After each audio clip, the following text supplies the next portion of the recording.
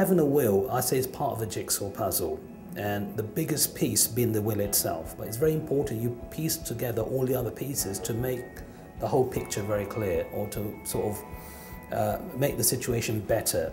But here, when a person dies, 3 laws will always be applied, even though there is a will or no will, whatever the situation is. The first is the Sharia law, the second is the UAE law, and the third is the international law. So let's just take an example with the Sharia law.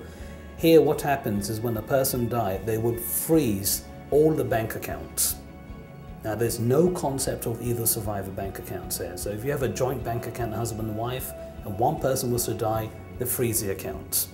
So the wife wants to try and take some money out of the account. She cannot do it because it's frozen. And there's a reason why it's frozen. And the reason is simply to make sure, A, all your debts and liabilities are cleared, which means things like your parking tickets, your mobile phone bills, your credit cards, your car loans, your mortgages, any bank overdrafts. If you're running your own business, any company or business loans, everything's got to be paid first. So they freeze the bank accounts, and this will happen immediately. How quickly they do it, it really depends on the depth of the circumstances. It could be as little as, say, 3 hours, and it could take probably a couple of weeks. But because of the freeze on the bank account, it means that the wife will not be able to even access a penny from the account, which obviously can become a very big problem. Let me explain. It's very important, everyone needs to understand this, that the Sharia law is applicable to Muslims and to people who don't have a will. So if you have a non-Muslim expat having a will drafted, the authorities here will accept it, but your bank accounts will still be frozen because it's frozen first. It's not a situation where the person died, the husband died, the wife is in the court the same day with the will. No, of course not. I mean, from my experience, when the husband died, the first thing the wife needs to do is to arrange for the funeral arrangements. The majority of the cases, they want the body to be repatriated back to the home country. So imagine nearly a month could be, it could be used in dealing with this. And when you go back to your home country, then you've seen your relatives and religious ceremonies. It could go on, a month. I'm being very conservative. From my experience, it could be anything up to 3 months before the will is actually given to authorities here. So in those 3 months, yes, the bank accounts will be frozen, the visas will be cancelled, and your home embassy is going to be informed of your death.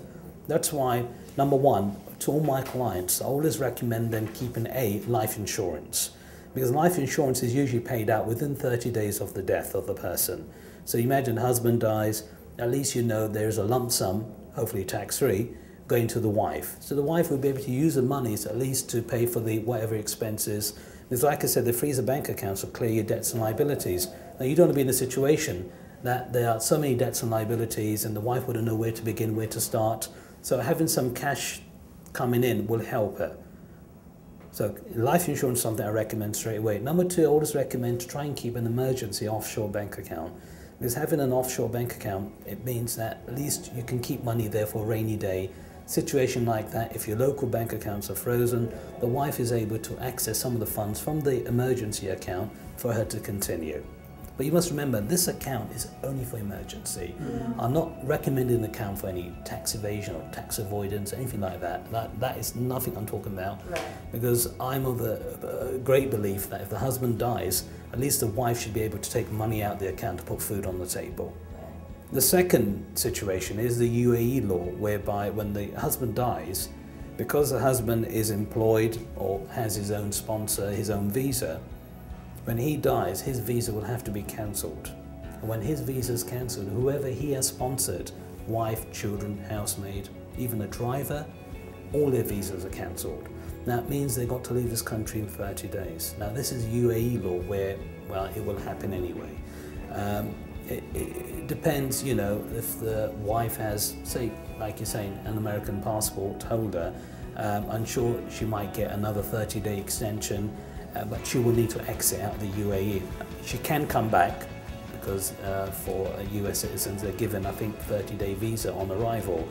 But for countries whereby they do not get the visa, it means for them to come back, they'll need to be sponsored or get a tourist visa. But you can imagine the situation where the husband's visa is cancelled, the wife and children's visa is also cancelled. It means the children will have to leave the school. They have to come out of the school and go back to their home country. So that is a very big problem as well. The third point is the international law, whereby the American embassy will be informed of the death. Now, what would happen is that the American embassy is informed, they'll send a message back to the US, so now the US knows you have died, so could be possible whatever laws is applied back in the US may be applied. So maybe they have a system of freezing bank accounts, I don't know. But certainly for taxes, if they're going to tax you for properties or for anything here, they will do it. Now the international law, UAE law, Sharia law is going to apply anyway. And this is where many people do not understand this. And because of this reason, when a person dies and all three laws are applied, especially for the woman, because from my understanding, not being sexist, but if the wife was to die, the husband can pick up and move on.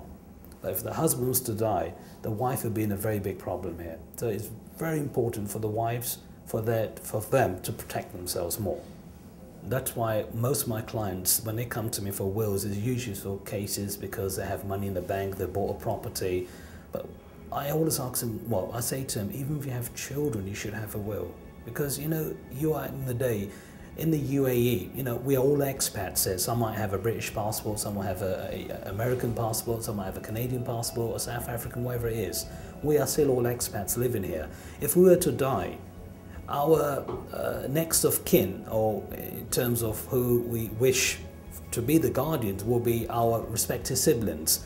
Now, maybe they may require a visa to come into this country, we do not know. That's why it's very important you have guardians.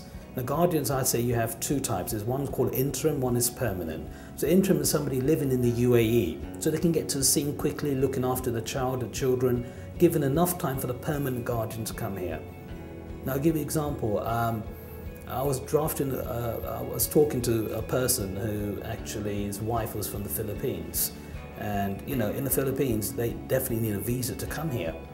So we worked out that if the husband was to die, and he wanted the wife's family to become the guardians, it would have taken them nearly a month to get here. Not because of the visas, but they had to borrow money just to get the ticket money to get here.